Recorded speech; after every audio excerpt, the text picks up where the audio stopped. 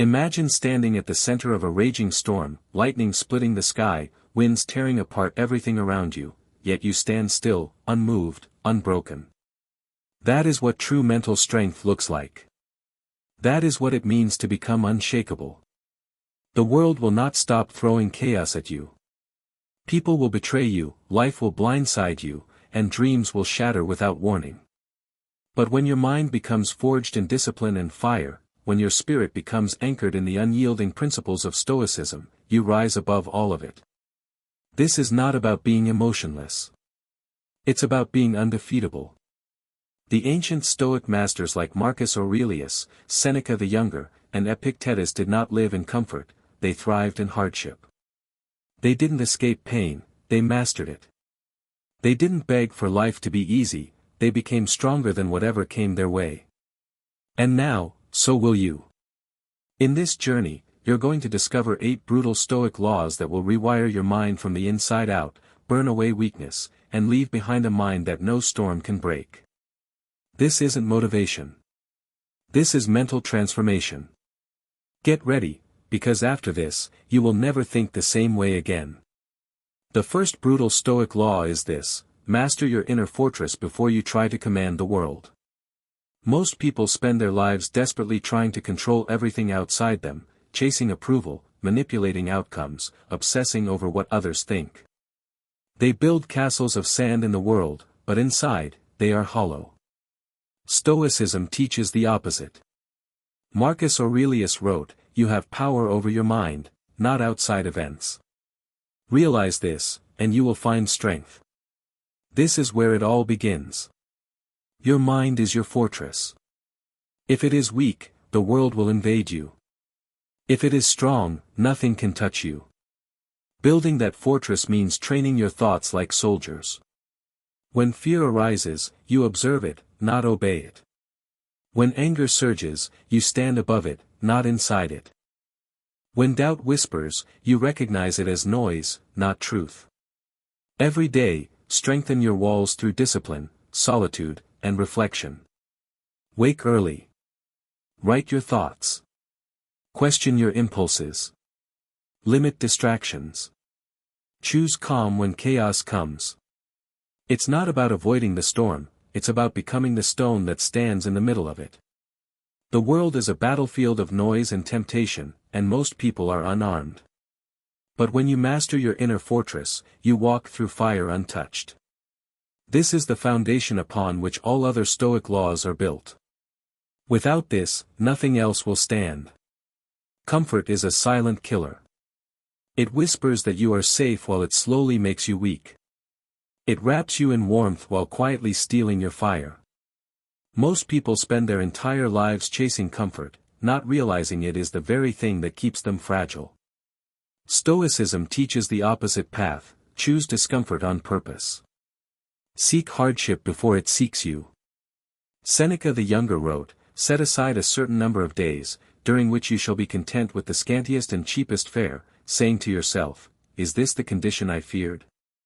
He wasn't being dramatic, he was being strategic. He knew that voluntary hardship builds a mind that cannot be broken when real hardship arrives. When you fast, when you strip your life down to the essentials, when you sleep on the floor, train in the cold, walk instead of drive, go without comfort, you are not punishing yourself. You are sharpening yourself. Every moment of chosen discomfort is a declaration: I will not be ruled by craving. The world trains you to chase pleasure like an addict. Stoicism trains you to rise above it like a warrior. The stronger your tolerance for discomfort, the less power the world has over you. People who fear discomfort are slaves to it. People who embrace discomfort are free. Hardship is not an obstacle. It is your training ground. Epictetus was born a slave, beaten and broken, yet he became one of the greatest Stoic minds to ever live. How? He reframed suffering as preparation. He knew that life would not hand him ease, so he chose to become stronger than the pain. Every struggle you face is sharpening your soul if you allow it. Instead of asking, "Why is this happening to me?" ask, "How is this forging me?" Every voluntary hardship is a rehearsal for the chaos life will inevitably unleash. When you deliberately take the harder path, you send a message to your subconscious: I am not fragile. I am fireproof. Start small. Wake up earlier than your comfort wants. Train your body until your mind screams to stop. Work longer on your craft than your laziness can endure. Strip away luxury for days and see how little you truly need. This is not self-torture, it is self-liberation. Once your brain sees that you can thrive without comfort, fear loses its grip on you. While the world collapses when comfort is taken away, you rise because you never depended on it. That is the power of embracing voluntary hardship. It forges a soul that does not break. One of the greatest chains that enslave the human mind is obsession with outcomes. We crave certainty. We cling to results. We tie our peace to things we can't control, and then we wonder why we're always anxious, disappointed, or broken. The world teaches you to measure yourself by results: the job you get, the money you earn, the approval you receive, the success you can prove. But Stoicism teaches you to sever that chain. To stop worshipping the outcome, and start honoring the effort. Epictetus said, "Some things are in our control, and others not." This is the heart of Stoic freedom. When you pour your full soul into what you can control, your actions, your choices, your discipline, and then release the outcome completely, you become untouchable. Because no failure can destroy you, and no success can enslave you. Most people suffer not because they fail, but because they attach their identity to results they never controlled. They confuse effort with outcome, as if destiny were theirs to command. It is not. Your duty is the action. Life decides the result. And once you accept that truth, an extraordinary calm fills your mind like a silent ocean. Imagine this: an archer draws his bow with perfect form, breath steady, focus sharp. He releases the arrow, and at that moment, the outcome is gone from his hands. Wind could shift. The target could move. Someone could walk across the field. The archer cannot control that. He can only control the draw, the aim, the release. That is how you must approach everything. Focus on the aim, not the applause. Master the discipline, not the desire. This mindset frees you from the emotional chaos of the world.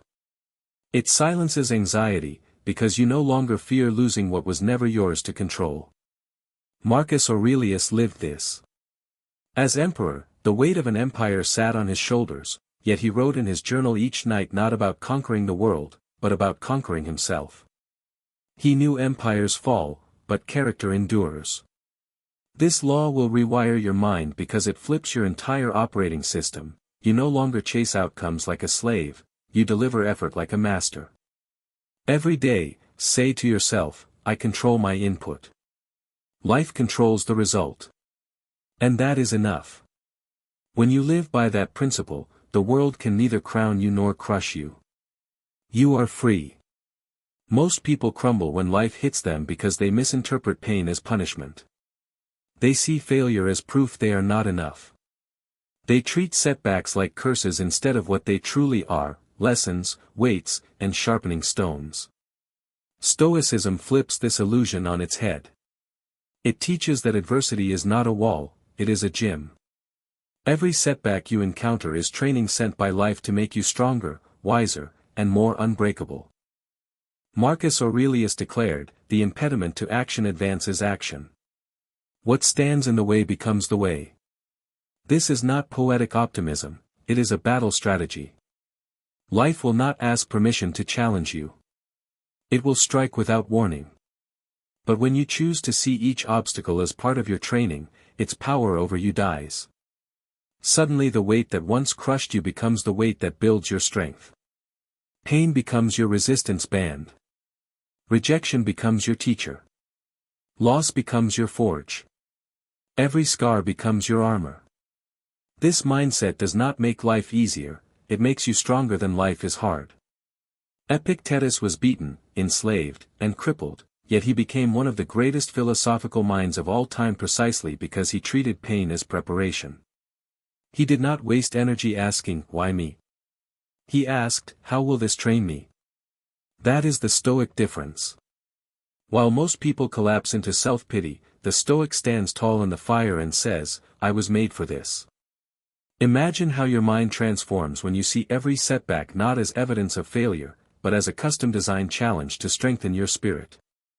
A failed business is not the end, it is an education bought with experience. A broken relationship is not your destruction, it is an opening to rebuild your character stronger. Even grief becomes fuel. When life burns your plans to ash, you rise from them sharper, clearer, more resilient. Write this law on your soul: setbacks are training, not tragedies. Because the moment you accept that, setbacks stop controlling your emotions. They become tools in your hands. You stop fearing failure, and you start extracting power from it. That single mental shift separates those who are destroyed by adversity from those who become indestructible because of it. Discipline is the skeleton of strength. Without it, your mind will collapse under its own weight. The weak wait for motivation, the strong march with discipline. This is the path Stoicism carved into history. Marcus Aurelius ruled the greatest empire on earth while battling disease, betrayal, and endless war, yet he still rose before dawn to write in his journal, to train his body, to command his mind.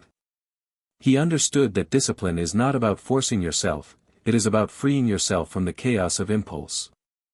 Most people live like slaves to their urges, they eat when desire commands, sleep when comfort whispers, quit when resistance screams. But the Stoic trains like a warrior. He does not ask his emotions for permission. He chooses the path, then walks it relentlessly whether he feels like it or not. This is ruthless self-discipline, not cruelty toward yourself, but loyalty to your higher self. Every time you override a temptation, you strengthen the steel in your soul. Every time you keep a promise to yourself, you weld another bar into the fortress of your mind. Epictetus said, "No man is free who is not master of himself." This is not metaphor, it is law. Freedom is not doing whatever you want. Freedom is ruling yourself so completely that nothing can enslave you, not laziness, not fear, not craving. Discipline must become your religion. Build rituals that chain you to your mission, wake up early, train your body daily, feed your mind like a warrior sharpening his blade, cut away distractions like weeds from your path. Create sacred non-negotiables.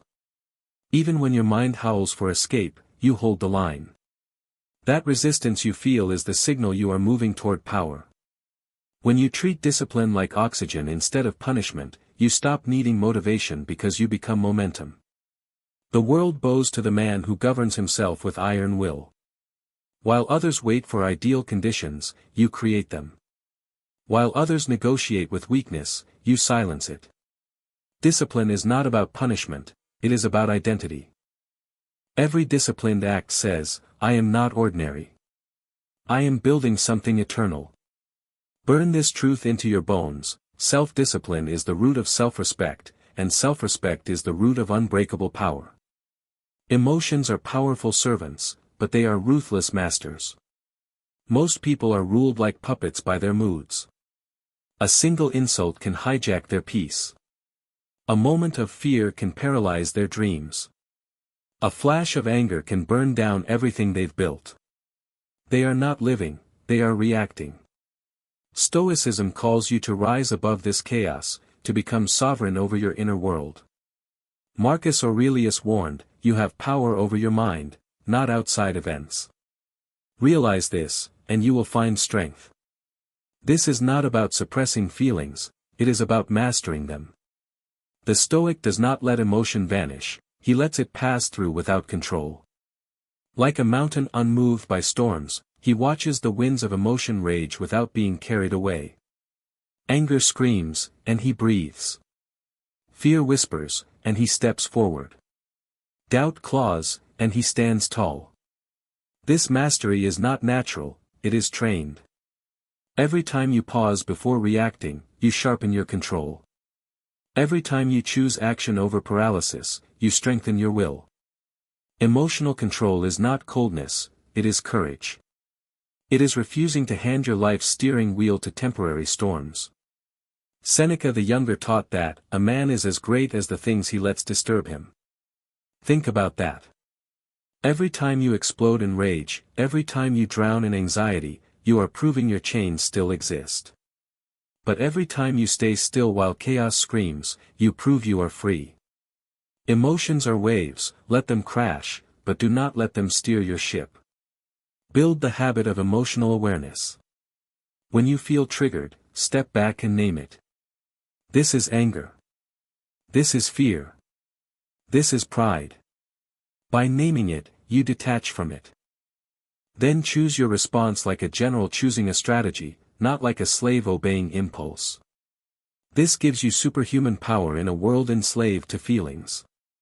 Most people sabotage their lives not from lack of skill but from lack of control. They lose everything not because they were weak, but because they let emotions drive their decisions. But you will be different. You will walk through fire with calm eyes. You will bleed without panic. You will win battles because your enemy's anger will blind him while your mind stays clear. When you conquer your emotions, you become untouchable. The storms may rage, but you will be the mountain. Most people drift through life like they are immortal, postponing dreams, delaying courage, waiting for the right time that never comes. But Stoicism rips this illusion away. It commands you to live with the shadow of death on your shoulder, whispering, "Memento mori, remember you must die." Marcus Aurelius wrote, "You could leave life right now." Let that determine what you do and say and think. This is not meant to darken your spirit, it is meant to ignite it. Death is not your enemy. It is your greatest ally because it sharpens every moment into something sacred. When you remember that time is slipping from your hands like sand, you stop wasting it. Petty grudges dissolve. Fear of failure shrinks. You stop delaying love, courage, greatness. Every day becomes a battlefield where you fight to live fully before the clock runs out. Wake each morning like it might be your last. Look at your goals and ask, would this still matter if I had 1 year left? This awareness will burn away distraction and pull your soul into the present with unstoppable urgency. The world fears death. The Stoic befriends it, and because of that, he lives with more intensity in a day than most people live in decades. And finally, the eighth and most unshakable Stoic law, seek virtue over victory. While the world obsesses over winning, over status and applause, the Stoic chases only one thing, excellence of character. Epictetus said, "First say to yourself what you would be, and then do what you have to do." This is the core of all Stoic power. Because outcomes are uncertain, victories fade, applause dies, but virtue endures forever. When you root your identity in virtue, no failure can touch you. You are honest not because it wins, but because it is right. You are courageous not to impress, but because it is who you choose to be. You are disciplined, patient, resilient, not because it guarantees success, but because you will not betray the warrior within you.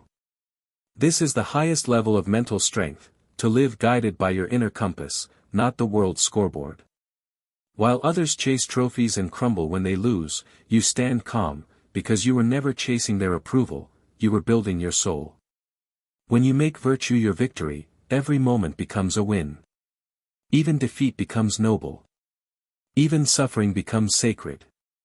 This final law seals the others together, a mind anchored in virtue cannot be broken by anything. When death comes, it finds you standing tall, not begging for more time, but proud of how you spent it. That is what it means to live as a Stoic.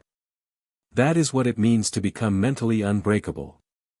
If this message lit a fire in your soul, don't let it burn out. You were not born to drift through life half awake. You were born to rise, to stand unshaken when the world trembles. To carry discipline in your bones and courage in your blood. The world does not need more comfort seekers. It needs warriors of the mind. It needs people who will walk through chaos with calm eyes. Who will bleed with purpose. Who will live knowing death walks beside them and still choose greatness. If you felt that spark, protect it. Fan it into a wildfire. Subscribe right now. Join this movement of modern warriors who are forging unbreakable minds through the timeless wisdom of the Stoics. Don't just consume inspiration, become the embodiment of it. Every week, we dive deeper into the ancient truths that forge unshakable strength. Every video is a weapon to sharpen your spirit and fortify your mind. Click subscribe, hit the bell, and walk with us. You are not alone on this path, you are part of something greater. This is your moment to rise. Not tomorrow. Not someday. Now. Become who you were always meant to be. Unbreakable.